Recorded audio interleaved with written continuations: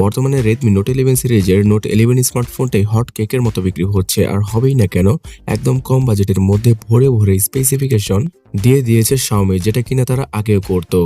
তো Redmi Note লাইনআপের এই স্মার্টফোনটা যে আগামীতে জাতীয় ফোন হতে চলেছে সেটাই আপনারা জানতে পারবেন এই ভিডিওটা সম্পূর্ণভাবে দেখলে। So hey guys, Shanto here. Redmi Note 11 স্মার্টফোনটার ডিজাইন অনেকটাই Redmi 10 স্মার্টফোনটার মতো হলেও এখানে কম বাজেটের মধ্যে সবচেয়ে ভালো কিছুই অফার করছে Xiaomi। আর এই ফোনটার বক্সের মধ্যেও পাওয়া যাবে 33 ওয়াটের charging brick, USB Type-C data cable, SIM ejector tool আর একটি নর্মাল সিলিকন টিপিউ কেস। তার সাথে ডিভাইসটি তো থাকবেই। ফোনটার বিল্ড কোয়ালিটির কথা বলতে গেলে পুরোটাই প্লাস্টিক দিয়ে তৈরি এবং ডিজাইনগত ক্ষেত্রে একদম Redmi 10 স্মার্টফোনটার ডিজাইনকে কপি পেস্ট করা হয়েছে Redmi Note 11 স্মার্টফোনটাতে। এবং এই স্মার্টফোনটার ডিজাইন কিন্তু Note 11 Pro এবং Pro Plus এর মতো বক্সি আকারের নয়। পেছনের দিকে কার্ভ এজের ব্যাক প্যানেলের সাথেই আসে Redmi Note 11 স্মার্টফোনটা। আর এই ফোনটার পেছনে পাওয়া যাবে ডুয়াল ক্যামেরা সেটআপ। তো এখন হয়তো আপনাদের কাছে মনে হচ্ছে যে বর্তমানে অন্যান্য সকল কোম্পানি যেখানে কোয়াড ক্যামেরা, ট্রিপল ক্যামেরার স্মার্টফোন বের করছে, সেখানে Xiaomi কেন দুইটা ক্যামেরা দিল। আসলে দুইটা ক্যামেরা দিলেও এখানে এই দুইটা ক্যামেরাই কাজের ক্যামেরা। সো ক্যামেরা ডিপার্টমেন্ট সম্পর্কে একটু পরে জানাচ্ছি, তবে তার আগে জানা যাক ফোনটার ডিসপ্লেটা কেমন। 6.6 ইঞ্চের একটি IPS LCD প্যানেলকে ইউজ করা হয়েছে Note 11 স্মার্টফোনটাতে। আর এই ডিভাইসটার ডিসপ্লেতে থাকছে 90 হার্জের রিফ্রেশ রেট, তার সাথে 180 হার্জের টাচ স্যাম্পলিং রেট। যেহেতু এখানে ফুল HD রেজলিউশনের ডিসপ্লেটা থাকছে, তাই শার্পনেসে তেমন কোনো ঘাটতি পাওয়া যাবে না। আপনারা যে কোনো ভিডিও ফুল HD এবং 4K রেজলিউশনেও খুব অনায়াসে প্লে করতে পারবেন। আর এই স্মার্টফোনটার ডিসপ্লের ব্রাইটনেস মোটামুটি লেভেলের, অর্থাৎ 500 নিটসের। তাই অতিরিক্ত রোদের আলোতে কিছুটা প্রবলেমে পড়তে হবে যখন কিনা আপনারা ফোনটাকে ইউজ করবেন। এছাড়াও 120 হার্জের ডিসপ্লেকে এখানে ইউজ করা যেত, কিন্তু এই স্মার্টফোনটার চিপসেটটা 120 হার্জের ডিসপ্লের সাথে ফুল HD রেজলিউশনকে অত ভালোভাবে সাপোর্ট করবে না। যদি আপনারা Redmi Note 11 স্মার্টফোনটাকে এক হাতে নেন তাহলে কিছুটা বড় সড়ই মনে হবে, তবে যাদের হাত কিনা কিছুটা বড় তারা ইজিলি এক হাতে ইউজ করতে পারবেন Note 11 স্মার্টফোনটাকে। এই স্মার্টফোনটার ওয়েট হচ্ছে গিয়ে 195 গ্রাম আর thickness 8.8 millimetre. Alright viewers, 5G কানেক্টিভিটির সাথে আসে Redmi Note 11 স্মার্টফোনটা। আর এই স্মার্টফোনটাতে চিপসেট হিসেবে MediaTek Dimensity 810 5G প্রসেসরটাকে ইউজ করা হয়েছে, যার ফ্যাব্রিকেশন প্রসেসে রয়েছে শুধুমাত্র 6 ন্যানোমিটারের টেকনোলজি। আর এই কারণে অনেক বেশি পাওয়ার এফিসিয়েন্সি প্রদান করতে পারবে এই স্মার্টফোনটা।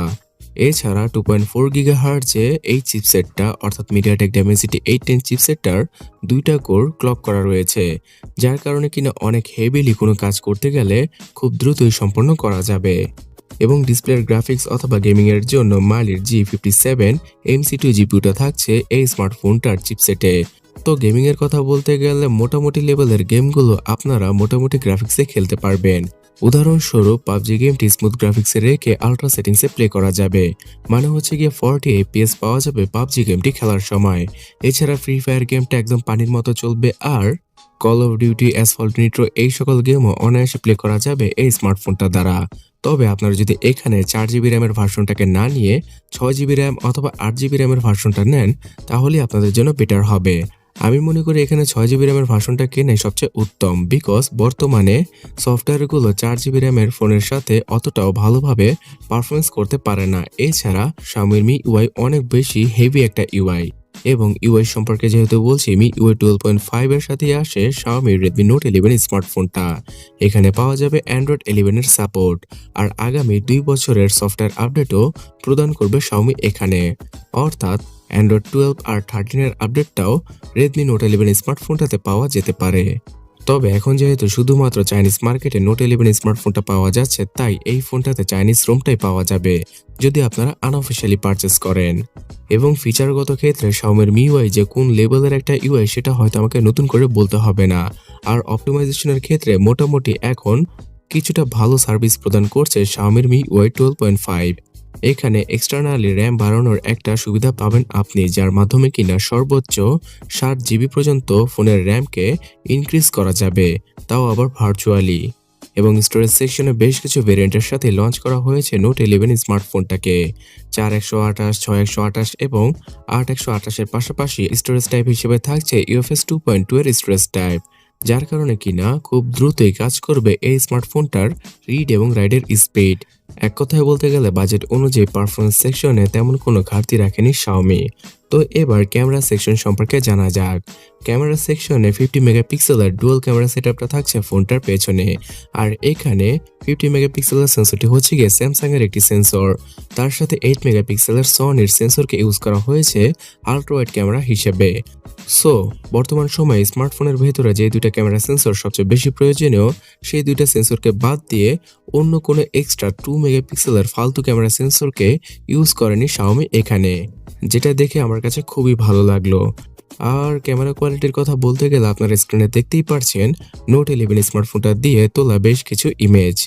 ডাইনামিক রেঞ্জ এবং হোয়াইট ব্যালেন্স এই দুটা জিনিস মেনটেন করে মোটামুটি লেভেলের ছবিগুলো তুলতে পারা যাবে নোট 11 স্মার্টফোনটা দ্বারা। তবে এখানে দুঃখজনক ব্যাপার হচ্ছে গিয়ে মিডিয়াটেক ডাইমেনসিটি 810 প্রসেসরটার আইএসপি অতটাও ভালো নয়, যার জন্য কিনা 4K তে ভিডিও রেকর্ডিং করা পসিবল হবে না নোট 11 স্মার্টফোনটার মাধ্যমে। তবে 1080p রেজুলেশনে 30 এবং 60 FPS এর ভিডিওগুলো অনায়াসে শুট করা পসিবল হবে নোট 11 স্মার্টফোনটা দ্বারা। এইখানে জাইরোবেস ইএস এর সাপোর্টটাও পাওয়া যাবে এবং ফ্রন্ট ক্যামেরা হিসেবে এবার 13 নয় 16 মেগাপিক্সেলের ক্যামেরাকে ইউজ করেছে রেডমি, যার কোয়ালিটি বাজেট অনুযায়ী খুব ভালোই। অলরাইট, অনেক কিছু জানা হলো এই স্মার্টফোনটা সম্পর্কে। এখন এটা জানার বিষয় হচ্ছে গিয়ে একদিনের মতো ব্যাটারি ব্যাকআপ পাওয়া যাবে কিনা নোট 11 স্মার্টফোনটার মাধ্যমে। হ্যাঁ, পাওয়া যাবে, বিকজ এই ফোনটাতে 5000 mAh এর ব্যাটারি তো আছেই, তার সাথে অ্যাডাপটিভ সিঙ্ক রিফ্রেশ রেটকে সাপোর্ট করে এই স্মার্টফোনটা, যার কারণে কিনা ডিসপ্লেতে যে কন্টেন্টটা থাকবে সেই কন্টেন্ট অনুযায়ী ফোনটার ডিসপ্লে রিফ্রেশ রেট ওঠানামা করবে।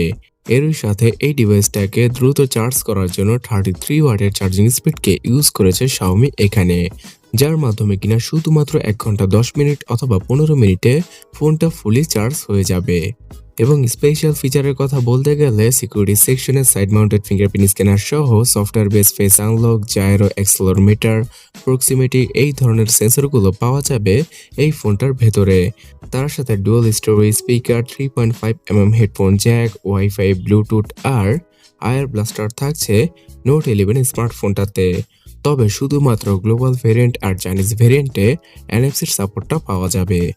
So viewers, mysterious black, milky way blue এবং মিন্ট গ্রিন এই তিনটা কালারের সাথে চাইনিজ মার্কেটে বর্তমানে পাওয়া যাচ্ছে নোট 11 স্মার্টফোনটা। আর এই স্মার্টফোনটার প্রাইসিংটাও অনেক বেশি amazing. Redmi note 11 5G স্মার্টফোনটার 4128GB ভেরিয়েন্টের জন্য চাইনিজ মার্কেটে শুধুমাত্র 1199 ইউয়ান প্রাইস রেখেছে শাওমি, যেটা কিনা বাংলাদেশি টাকা কনভার্ট করলে 16,000 টাকার মতোই পড়ে। এছাড়া অন্যান্য সকল ভেরিয়েন্টের প্রাইসটা অর্থাৎ কনভার্ট করার প্রাইসটা আপনারা স্ক্রিনে দেখতেই পারছেন। সো বাংলাদেশের মার্কেটে যদি নোট 11 5G স্মার্টফোনটা আসে, সেটা অফিসিয়াল হোক অথবা আনঅফিসিয়াল হোক, 20,000 টাকার আশেপাশেই পাওয়া যাবে। আর বাংলাদেশের মার্কেটে আগামী মাস অর্থাৎ ডিসেম্বর মাসের মধ্যেই নোট 11 স্মার্টফোনটার চাইনিজ ভেরিয়েন্টগুলো আমরা পেয়ে যাব। এছাড়া এই ফোনটাই বিভিন্ন নামে অন্যান্য সকল কান্ট্রিতে খুব জলদি লঞ্চ হতে যাচ্ছে। সো আপনারা এটা এক্সপেক্ট করতে পারেন যে জানুয়ারি আর ফেব্রুয়ারি মাসের মধ্যে আনঅফিসিয়াল হোক অথবা অফিসিয়াল হোক, রেডমি নোট 11 স্মার্টফোনটার গ্লোবাল ভার্সনকে খুব ইজিলি পেয়ে যাবেন আপনারা। তবে আপনারা যদি এতদিন ওয়েট না করে বর্তমানে 15 থেকে 20,000 টাকায় অফিসিয়াল এবং আনঅফিসিয়াল মিলিয়ে কোন ফোনগুলো আপনাদের জন্য বেটার হবে সেটা জানতে চান, তাহলে এই ডান পাশের ভিডিওটাতে ক্লিক করুন অথবা কমেন্ট সেকশনটা চেক করুন। আর ভিডিও ভালো লাগলে লাইক, শেয়ার এবং সাবস্ক্রাইব করবেন যদি আপনি না করে থাকেন। ধন্যবাদ।